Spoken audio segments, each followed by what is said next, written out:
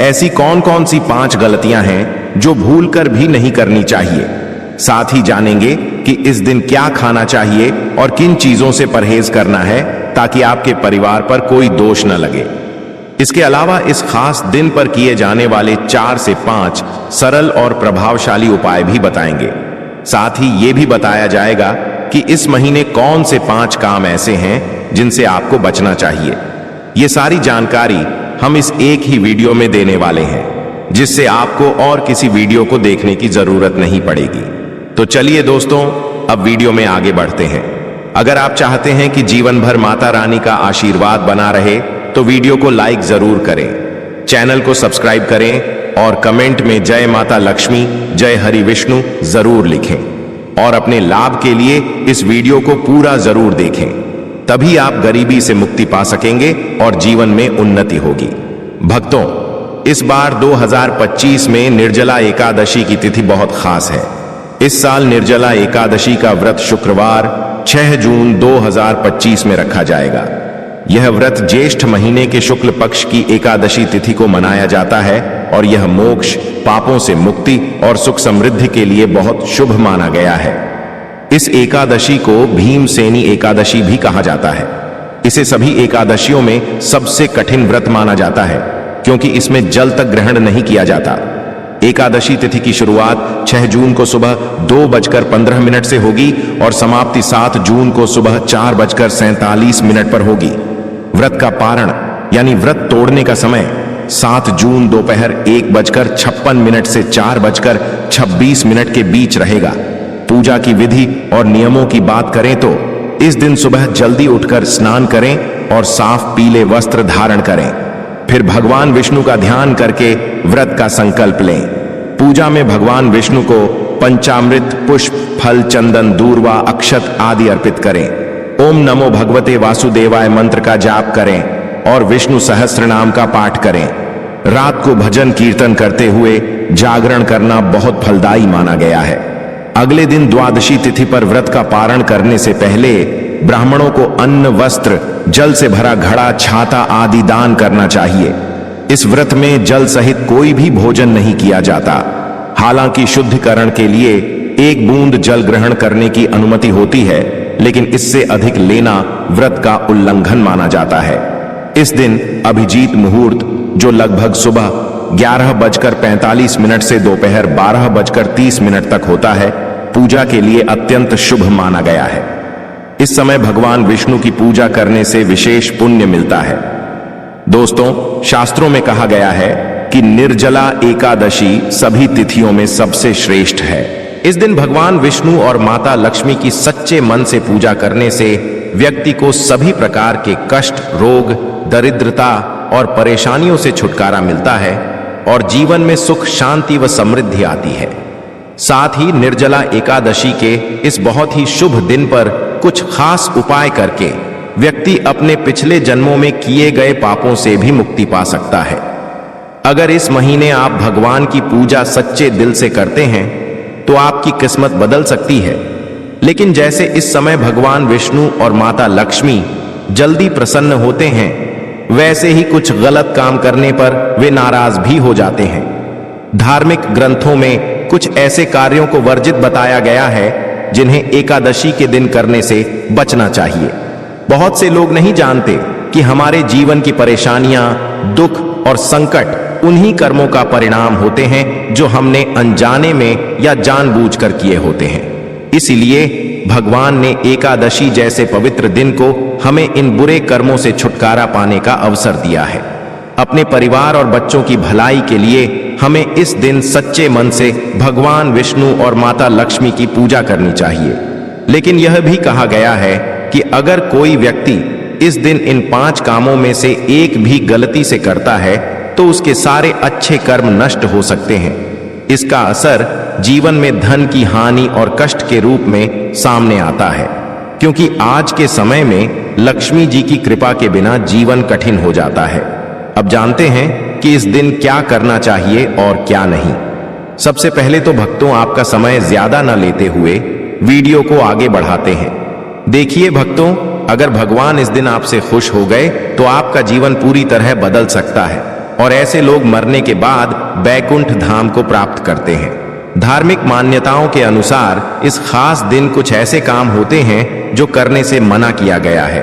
इन्हें करने से जीवन में संकट बढ़ सकता है और भगवान विष्णु तथा माता लक्ष्मी की नाराजगी झेलनी पड़ सकती है। तो आइए जानते हैं कि निर्जला एकादशी के इस पवित्र दिन पर कौन कौन से काम नहीं करने चाहिए। दोस्तों, सबसे पहला काम जो नहीं करना है वो है माता तुलसी से जुड़ा। निर्जला एकादशी के दिन महिलाएं भूलकर भी खुले बालों में तुलसी माता की पूजा न करें। ऐसा करने से उन्हें पुण्य नहीं मिलता बल्कि दोष लग सकता है, क्योंकि तुलसी माता भगवान विष्णु को बेहद प्रिय हैं और उनकी पूजा बिना तुलसी के अधूरी मानी जाती है।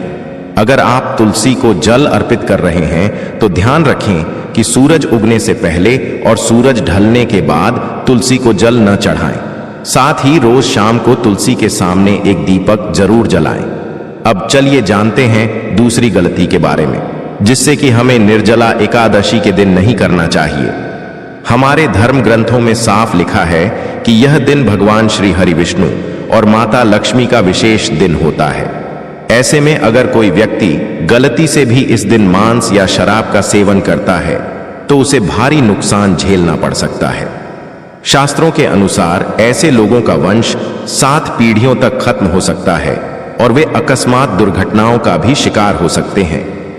इसलिए इस दिन न तो पुरुष और न ही महिलाएं कोई तामसिक चीजें खाएं और न ही अपने परिवार में किसी और को खाने दें। इस बार निर्जला एकादशी शुक्रवार को रोहिणी नक्षत्र में आ रही है। इस कारण इस दिन किसी को भी दूध या दूध से बनी चीजें दान में नहीं देनी चाहिए, वरना माता लक्ष्मी नाराज हो सकती हैं।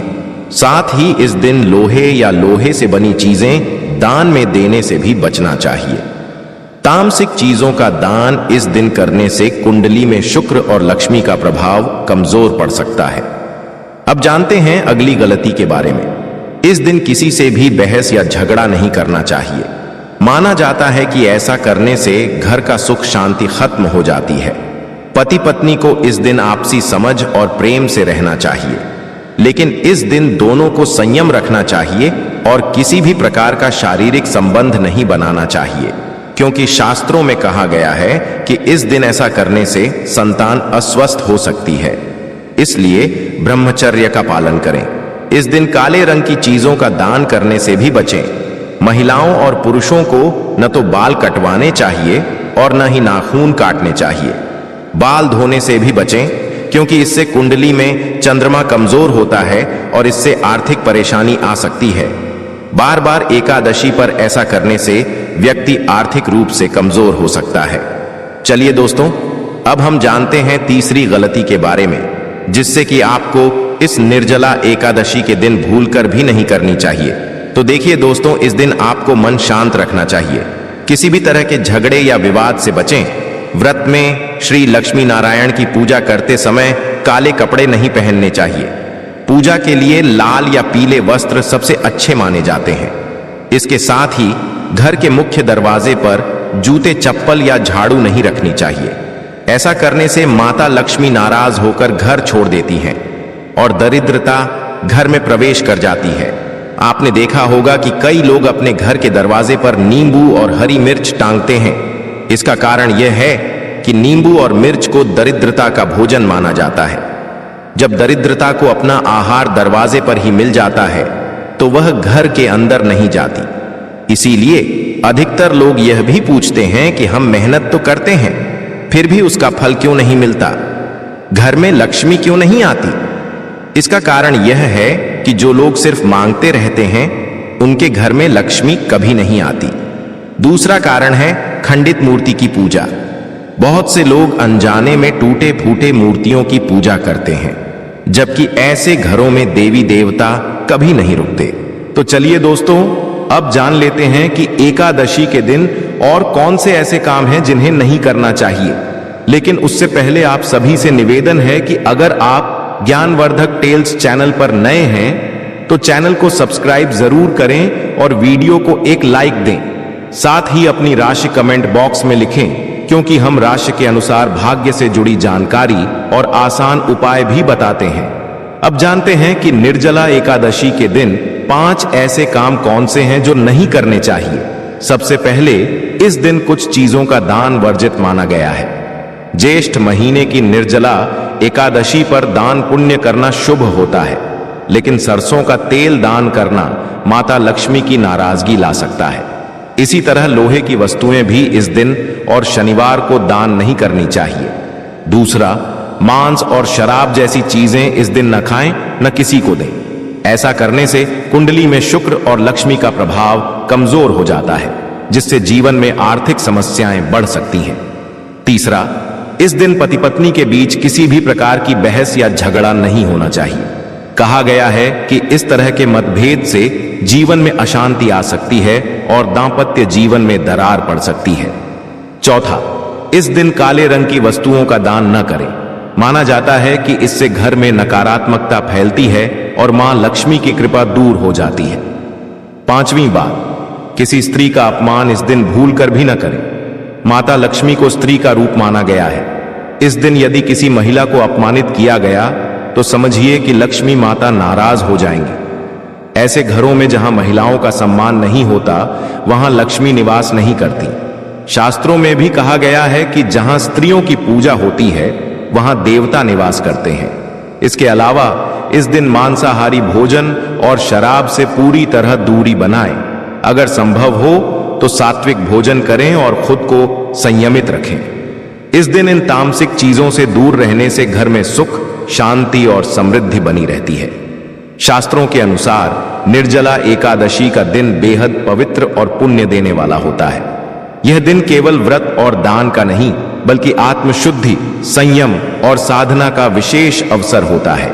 जो व्यक्ति इस दिन श्रद्धा और नियम से भगवान विष्णु की पूजा करता है, उसे सांसारिक सुखों की प्राप्ति होती है और अंत में मोक्ष की प्राप्ति भी होती है। निर्जला एकादशी के दिन मन, वाणी और कर्म की पवित्रता बहुत जरूरी मानी गई है। इस दिन यह विशेष ध्यान रखना चाहिए कि मन में कोई भी नकारात्मक सोच ना आए, खासकर बच्चों के प्रति। हमारे धर्म में बच्चों को ईश्वर का रूप माना गया है, इसलिए बच्चों से गुस्सा, नाराजगी या बदले की भावना रखना अशुभ माना गया है। यह दिन अपने अंदर प्रेम, दया और सहनशीलता को बढ़ाने का है। भगवान विष्णु को तुलसी बहुत प्रिय है और इस दिन तुलसी की पूजा विशेष फल देती है। लेकिन शास्त्रों में कहा गया है कि एकादशी के दिन माता तुलसी खुद उपवास रखती हैं और इस दिन उनके पत्ते नहीं तोड़ने चाहिए। ऐसा करने से पूजा का प्रभाव कम हो सकता है। इस दिन बड़ों का आदर करना और उनकी सेवा करना बहुत पुण्यदायक होता है। खासकर वृद्ध महिलाओं की सेवा और गायों को पानी पिलाना बेहद शुभ माना गया है। गौ माता की सेवा का महत्व इतना है कि कहा गया है, अगर इस महीने में एक बार भी श्रद्धा से गौ माता की पूजा की जाए तो वह 1000 अश्वमेध यज्ञ के बराबर फल देती है, क्योंकि गौ माता के शरीर में 33 करोड़ देवी देवताओं का वास माना गया है। अगर आप महिला हैं और निर्जला एकादशी के दिन आपके पीरियड्स चल रहे हैं तो घबराने की जरूरत नहीं है। आप चाहें तो फलाहार या केवल जल पर व्रत रख सकती हैं, लेकिन पूजा न करें और पूजा की चीजों को न छुएं। एक और जरूरी बात यह है कि इस दिन मन को पूरी तरह शांत रखना चाहिए। जितना हो सके खुद को सकारात्मक सोच से जोड़ें। किसी से लड़ाई झगड़ा, बहस या तनाव से बचें। माना जाता है कि यह दिन आत्मिक रूप से बहुत महत्वपूर्ण होता है और अगर हम इस दिन शांति, धैर्य और अच्छे विचारों के साथ रहें तो इसका बहुत अच्छा असर हमारे जीवन पर पड़ता है। निर्जला एकादशी यदि शुक्रवार या शनिवार को आती है तो उसका धार्मिक महत्व और बढ़ जाता है।